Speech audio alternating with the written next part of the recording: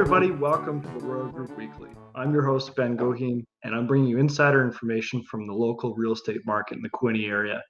I'm going to introduce myself a little bit first. Real estate is a secondary career for me. I used to be a respiratory therapist, which is now coming quite handy with the COVID-19 crisis. I've actually reactivated and working in the hospital right now, so I'm right in touch with what's happening in the pandemic. So I have that kind of inside information to bring to the real estate market as we talk with our professionals, Travis and Travis. So let me introduce Travis and Travis Royle and Travis Mountney. Thank you so much for joining me today. Thanks for having us. Travis Mountney, tell me a little bit about yourself. How'd you get into real estate? I was looking for a second career as well. I'm a military reservist and met Travis kind of early in the process, and just after chatting with him and seeing his excitement for real estate and helping people, I knew it was the right fit for me, and we haven't looked back since. Fantastic. Travis Royle, your turn. Tell me a little bit about yourself and how you got into real estate. Yeah, so it was a natural transition into from military into being a real estate agent, and then I was licensed for probably 3 years, and then Travis came along and asked me to start a team, and I didn't want to, but he did, and he won the argument. So here we are today. Team for 4 years now. How many teammates do you have? How many members of the team are there? Right now we have 4 licensed agents and 2 admin staff. Fantastic. Everybody works well together?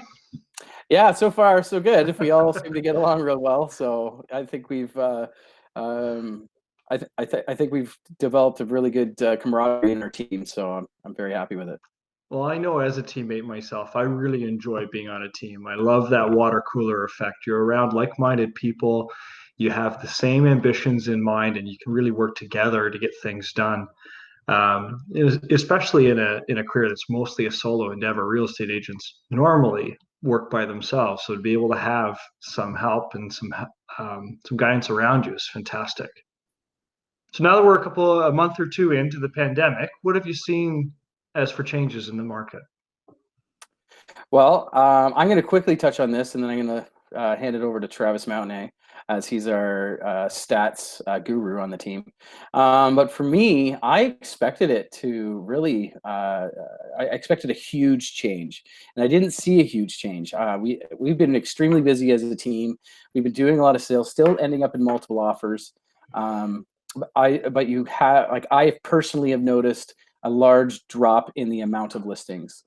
In our specific area, the military posting messages were not being sent out. So that was a huge amount of inventory that did not come onto the market. So that is something that, has really affected our market. But as soon as they allow people to get their posting messages, the market's, I think, is going to ramp back up, because people still need to move, still need to sell. And that's the way I see it. So with the big dip in the market, are you seeing then a big decrease in prices, or what's happening that way?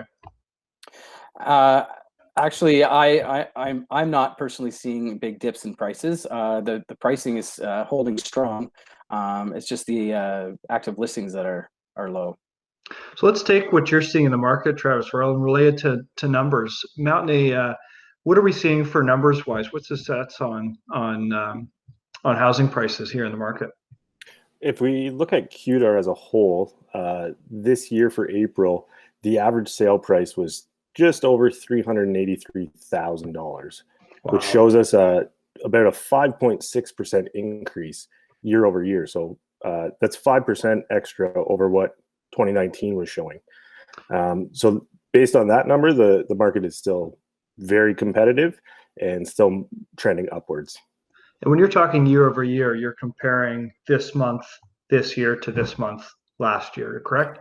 That's correct. When we look at stats, we want to compare the same month or time frame from the previous year or the previous 5 years to what's going on now. Comparing month to month, say March to April, is tougher because, not the same people move every March as they do, say, in April or June, July, that kind of thing. So we like to go year over year to make sure that we have the same time frame and roughly the same kind of market that would be going on. Fantastic. Let's go back to you, Travis Royle. As for procedures, is it business as normal in the market? How are you keeping clients safe? How are you keeping yourself safe and practicing social distancing in this market? It's definitely not business as normal. We're screening our buyers.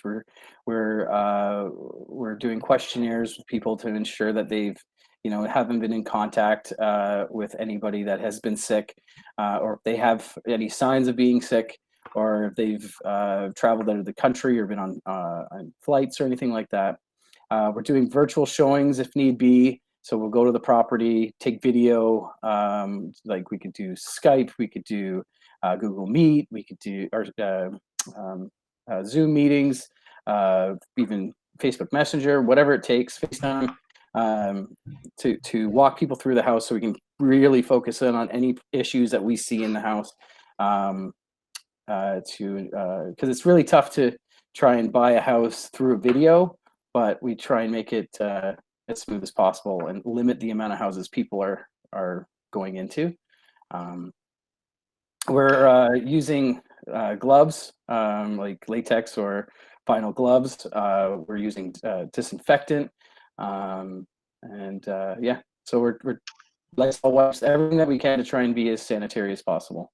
Fantastic. I love the gloves and the distancing part of it.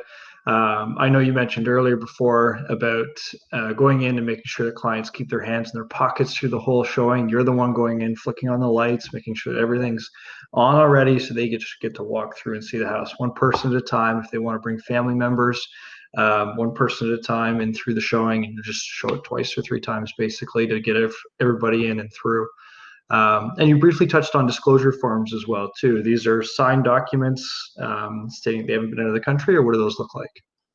Yes, so they're signed documents that is a questionnaire to making sure they haven't been out of the country, that they're not showing any signs of being sick or been around anybody that's been sick.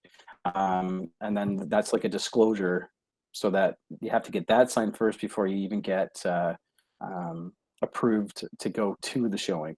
And like you said before, yes, we're only taking one person at a time through the house. And if we highly advise no children, so one person would stay outside if there's children with the children, and then we take one adult through at a time. But yes, I advise everybody to keep your hands in their pockets. Don't touch anything. If anything needs to be touched, then like a door open or something, then I'm the one doing that. So if they just wanted to check, oh, look, there's a corner cabinet, is there a Lazy Susan in it?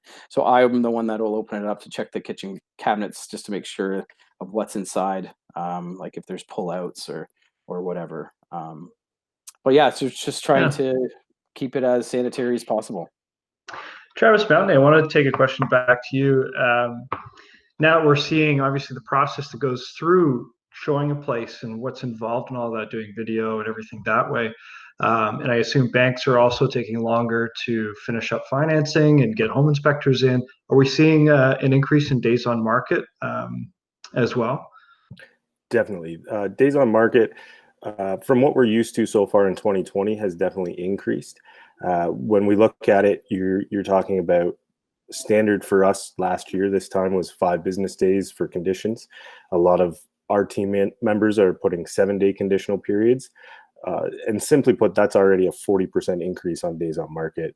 I've seen a few deals come in where there's 14-day conditional periods just to allow financing to happen or home inspections to happen, as well as I've noticed a few extra sale of buyer properties because people are a little bit more nervous, not thinking that the mad rush of buyers are going to come. So they're accepting those sale of buyer properties, which is also increasing the days on market.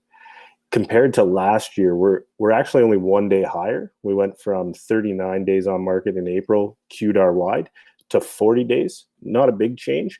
It's when you get into the sub-markets that it really starts to show a difference. So can you explain 2 things for me, for our viewers at home? Days on market as itself, what does that really mean? What does that entail from start to finish? So days on market is from the day that the listing goes live, we'll call it the realtor.ca day, to the day that there's a firm sale. Any time that lapses in between is what would be considered in the days on market. So if there's a conditional period of a home inspection or financing, that's all calculated into days on market. Fantastic. And when you mentioned sale of buyer's property, what's involved in all that? What does a deal look like that has one of those clauses in it? Sale of buyer properties, they're going to vary depending on who the buyers are and what's going on. But basically, it means that you've accepted their offer and you're allowing them some time to sell their house. So it might be 2 weeks that you're going to give them to try and sell their house. It could be 30 days. It totally depends on each individual circumstance.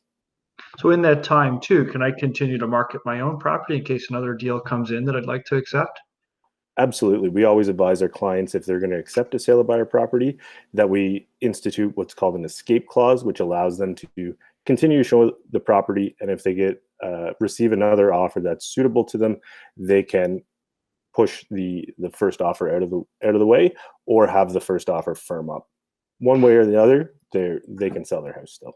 So that in itself, like you said, is going to push the days on market quite a bit longer if I'm marketing my property twice, basically in the same period to get it up and sold. Can definitely inflate those numbers.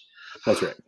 That was a good way to explain it, because you're still, like I said, it's just the change in number of people. So I've been talking to my clients personally about the fact that places are already discounted. Like they're waiting for the next big drop in sale prices, but I don't think it's coming. But we already have that discount where you're not into multiples with 7 other people, so you're not paying an extra 20-30K over asking. You're just paying what they're asking for the house. So multiple offers, as soon as you get the second person in, then you're going to be offering what they're asking for to try and get the house if you want it. So Yeah. So the big thing I think we really need to talk about is where I think all the fear is happening in the marketplace, which is the monthly sales, right? We've talked about that the list to sale price is at 99%. So prices aren't really being affected. We're still seeing the average sale price going up 5.65%. So, we're seeing this is QDAR based, like through the entire board. But the big one that you're seeing a huge change on is the monthly sales. So that has gone down from last year, April to April, 54.02%. So that's the scary number that everybody's talking about. But all that means is that out of last year, there were 311 sales in April, where this year there was 143 sales in April. So there's a lot less that has sold. So the supply and the demand has gone down equally, because we seem to be in the exact same market, a very similar market where things are still going to multiple offers. Things are still selling at pretty much list price at 99% overall. So that's where I just really want to debunk that fear of the market is crashing, because I personally don't believe it is. Yes, the sales are down, which means that there's a lot less business happening, but there's a lot less, listings going up, and there's a lot less buyers on the market right now. So that kind of balances out this market. It's like if we were at 311 like last year, and we were in the similar market that we're in now, then all that's happened is the supply and the demand have come down pretty close to being equal.